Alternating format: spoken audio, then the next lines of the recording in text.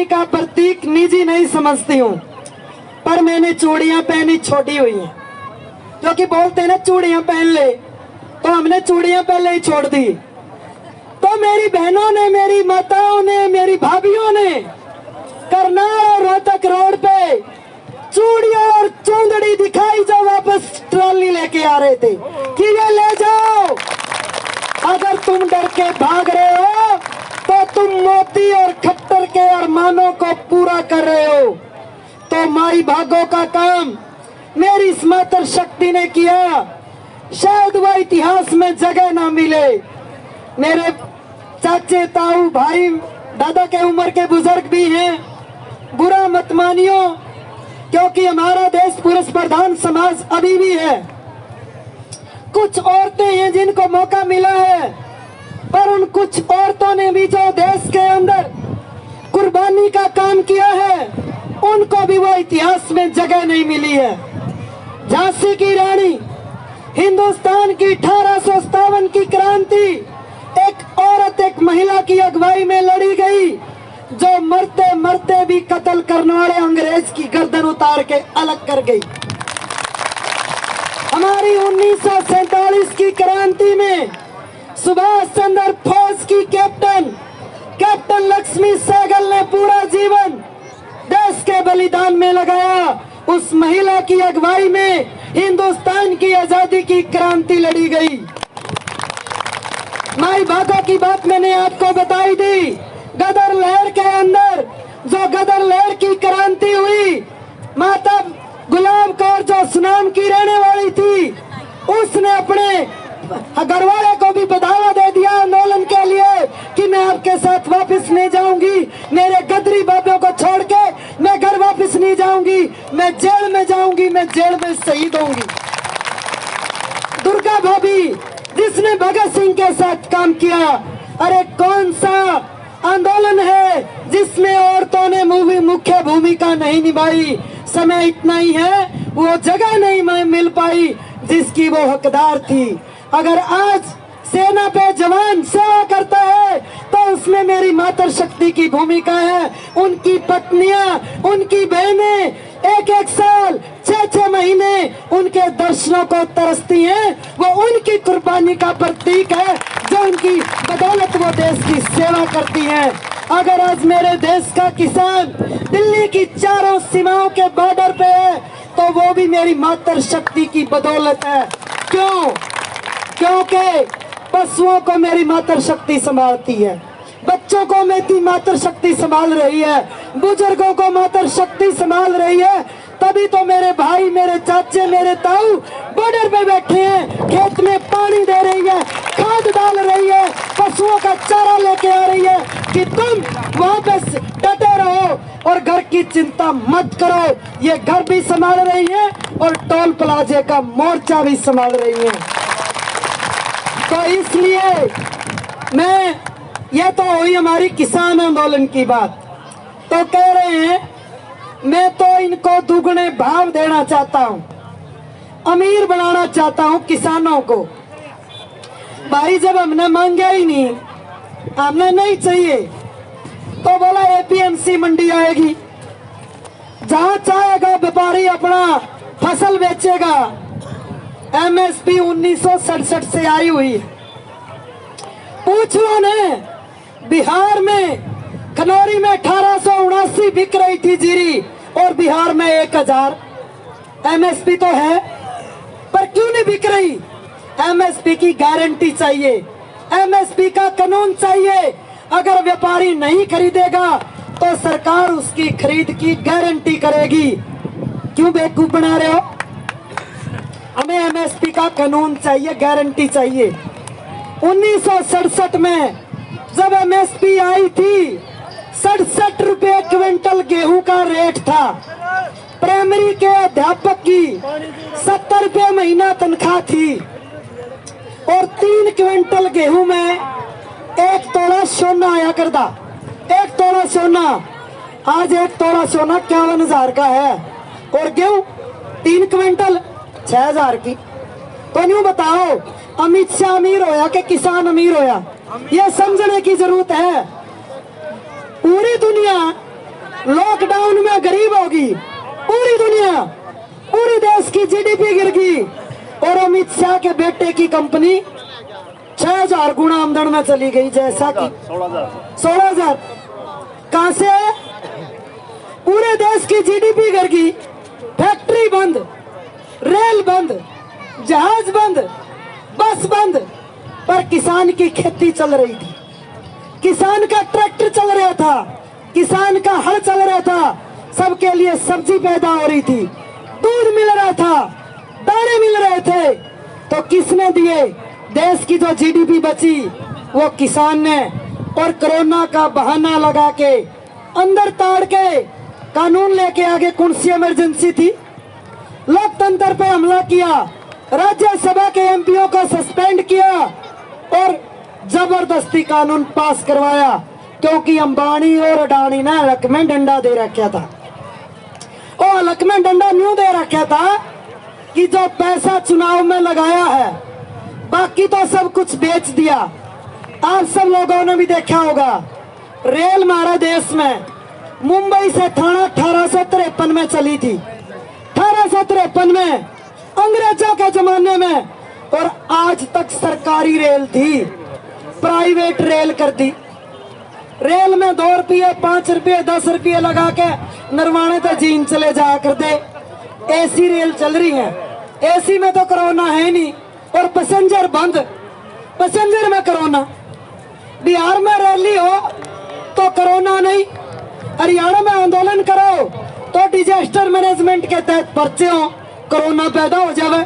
ये कोरोना भी समय समय और सीजन के हिसाब से है क्या? तो एजुकेशन बेच दी, बिजली बेच दी, रेल बेच दी, जहाज के अड्डे बेच दिए। मेरे देश के मजदूर और किसान ने हिंदुस्तान को बनाया। रेल की लाइनें बिछी, मजदूर ने बिछाई, किसान की जमीन गई, जहाज के अड्डे बने, हमारी उपजाऊ भूमि गई, मजदूरों ने बनाया, और उस पर कमाई करेंगे अडानी और अंबानी। हमारे समुद्री जहाजों के अड्डे बेच दिए। और एजुकेशन, जब हम वोट गेड़ा तो नु कह दे अपा ने क्या लेना, ये तो नुए कह दे हैं इसने नहीं देनी, इसने नहीं देनी, एकला बीजेपी तो खतरा कैसे हो उसका है? तो आप बता दो, आपका बच्चा 100% भी नंबर ले ले, जब भी डॉक्टर नहीं बन सकता। क्यों नहीं बन सकता?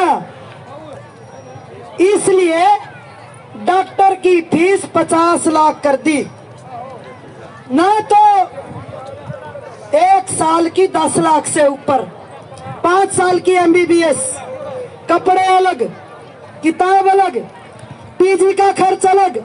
ना तो एक एम्प्लॉइज अपने बच्चे का डॉक्टर बना सकता और ना किसान बना सकता। तो अब आपने देखा जब कोरोना हुआ, किसने देश बचाया? सरकारी डॉक्टर, सरकारी नर्स, सरकारी फार्मासिस्ट, सारे प्राइवेट अस्पताल वाले ताला मार के घर आने चले गए। तो जब डॉक्टर भी सरकारी नहीं बचेंगे, क्योंकि आम जनता के बच्चे डॉक्टर बनेंगे नहीं, अमीरा के डॉक्टर बनेंगे, और अमीर का जी करेगा तो दवाई देगा, और मर्जी के रेट लाएगा तो लोग दवाई दे बिना भी मरेंगे। तो इसलिए यह चीज समझने की जरूरत है कि इनको वोट नहीं देनी, कदे भी मुंह नहीं लाने बीजेपी वाले। आज तक इतनी फीस कदे नहीं हुई।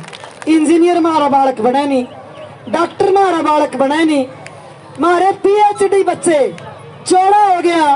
खट्टर कहा मैंने 50,000 नौकरी दे दी ग्रुप डी में। अरे शर्म कर, पीएचडी बच्चे जिसकी 20,000 तो स्टाइफंड बने, 10,000 में चपड़ासी लाए, या नौकरी दी, यू सम्मान दिया मारते ही, इतनी मजबूर बना दिए, फीस इतनी महंगी, पहले पढ़ ही नहीं पावा। और जो एजुकेशन लेके किले बेच के अपने बच्चे पढ़ाए तो नौकरी नहीं, तो ठेकेदार, सब कुछ प्राइवेट हो गया। तो इसलिए हमारी रोटी नहीं प्राइवेट होनी चाहिए। आप ये देखो कि नेट प्राइवेट कब्जे में चले गए, बीएसएनएल बंद हुआ, हमने किसी ने आवाज नहीं उठाई। पहला बीएसएनएल के कर्मचारी घटाए, तो हमारे ऊपर ये बना दी कि भाई ये तो काम नहीं कर दे सरकारी कर्मचारी। एक आदमी ने 10 आदमी का काम दोगे तो 10 काम कैसे पूरे करेगा? जो रिटायर होता चला गया उसकी सीट नहीं भरी, एक आदमी पे 10 आदमी का काम आ गया, फिर उनको वीआरएस जल्दी रिटायरमेंट लेने के लिए दबाव डाला, एमटीएन बंद कर दिया, बिजली बोर्ड का कॉर्पोरेशन कर दिया। तो इसलिए जो ये इतना बड़ा धोखा हुआ, रेल बेची हम जब नहीं बाहर निकले, जहाज बेच दिए जब नहीं निकले, पर अब भी देर आए दुरुस्त आए, अब भी कम से कम रोटी बचाने के लिए बाहर आए। तो जब तक रोटी नहीं बचेगी किसी को अंदर नहीं जाना, इस बात का ध्यान रखना। इसका उदाहरण आप देख लो, प्राइवेट हाथों में नेट, पैसे आप सबने दे रखे हैं, रिचार्ज आप सबने करके एडवांस, पर सरकार की मर्जी, बोल दिया नेट बंद, एडवांस पैसे देने के बावजूद भी आपका नेट बंद हो गया। तो यही चीज बिजली में लेके आ रहा बिल 2020 कि आपका रिचार्ज होगा तो मीटर चलेगा, और जब सरकार को असुविधा करनी है तो वहीं से रिमोट से बिजली बंद, तो ना आपकी तार चलने ना कुंडी चलने, तो आप क्या देखोगे, आपके बच्चे कैसे पढ़ेंगे। अब इंटरनेट बंद होने से बच्चों की पढ़ाई बंद होगी, बच्चों के पेपर छूट गए, तो कौन जिम्मेवार है हमारे बच्चों के भविष्य का। तो इसलिए जब इंटरनेट इनके हाथ में है तो जब चाहे बंद कर दिया, तो जब रोटी इनके हाथ में होगी तो जो ये दब देंगे अब तभी खा पाओगे, नहीं तो आप लोगों को भूखे मारने की भी साजिश है। तो ये बात हमें सर छोटू राम से सीख लेनी चाहिए। अरे आज तो लोकतंत्र है, कत्ल कर रहे हैं लोकतंत्र का, पर फिर भी हमारा पढ़ा लिखा युवा कोई बेधड़क आके बात कर रहा है। अब डॉक्टर बलारा ने समर्थन किया तो उसको सस्पेंड कर दिया, नौकरी वाले समर्थन करेंगे तो निकाल देंगे, पर फिर भी कोई हिम्मत करके जरूर आएगा। रोटी से बड़ी नौकरी नहीं है, रोटी खाएंगे तो जिंदा रहेंगे। तो इसलिए सब कुछ कुर्बान करके हमें रोटी बचाने की जरूरत है। तो इसलिए ये समझने की जरूरत है कि जो भगत सिंह बोल के गए थे, जिस दिन भगत सिंह को फांसी हुई और भगत सिंह को बुलाने के लिए चढ़त सिंह आया, जल्लाद जिसको फांसी उसको देनी थी एक दिन पहले, समय से पहले ही बोल दिया, तो बोला जो किताब पढ़ रहे थे वो पेज फोल्ड कर दिया उसने। तो चढ़त सिंह ने बोला कि साहिब आप तो फांसी पे चढ़ने जा रहे हो, और किताब का पन्ना तो हम तब फोल्ड करते हैं कि यहाँ तक पढ़ ली और बाकी बाद में पढ़ूंगा। तो बोला चढ़त सिंह मैं तो मर जाऊंगा, पर ये मैसेज तू दे देना, बता देना बाद में, यहाँ तक की किताब मैंने पढ़ ली और आगे की किताब मेरी आने वाली जनरेशन पढ़ेगी। तो जो ये बैठे हैं ना सारे, आज पूरे देश में जो पन्ने भगत सिंह छोड़ के गए थे ना, वो पढ़ने वाले बैठे हैं, वीर सावर के गुलाम नहीं बैठे हैं। आज वो पन्ना पढ़ने वाले बैठे हैं। तो जितना मोदी दबाएगा तो हर घर से भगत सिंह आएगा, जितना दबाएगा हर घर से भगत सिंह आएगा। तो इसलिए मेरी मातृशक्ति से भी मेरी अपील है, अपने बच्चों को डराएं मत, अपने बच्चों को समझाएं कि ग्रुप में जाओ, ग्रुप लीडर को बताओ, उल्लड़बाजी मत करो, पर लड़ो जरूर, तर्क से लड़ो। उल्लड़बाजी से कुछ नहीं मिलने वाला, लाल किले पे चढ़ के कुछ नहीं मिलने वाला। तो आज मैं खटखट टोल प्लाजा पे कुछ पत्रकारों ने मुझसे सवाल किए कि टोल प्लाजा रोड जाम करने से क्या होगा। आप तो बोल रहे हैं हम आगे बढ़ेंगे, आप तो पीछे जा रहे हैं। तो मैंने बताया कि गांधी जी ने ऐसा योग आंदोलन और डंडी यात्रा शांति और पैदल की थी, ये बता देश आजाद हुआ कि नहीं हुआ, ये बता। तो शांति तो जीत का प्रतीक है, शांति जीत का प्रतीक है, और हमारी एकता कि बूंद बूंद से सागर भरता, ईंट ईंट से महल बने, तार तार से ताना बुन के मकड़ी सुंदर जाल तने। तो ये मकड़ी ने जाल ढूंढ लिया पूरे देश में कि मोदी अब इस जाल से तू निकल नहीं पाने वाला, ये सोच ले।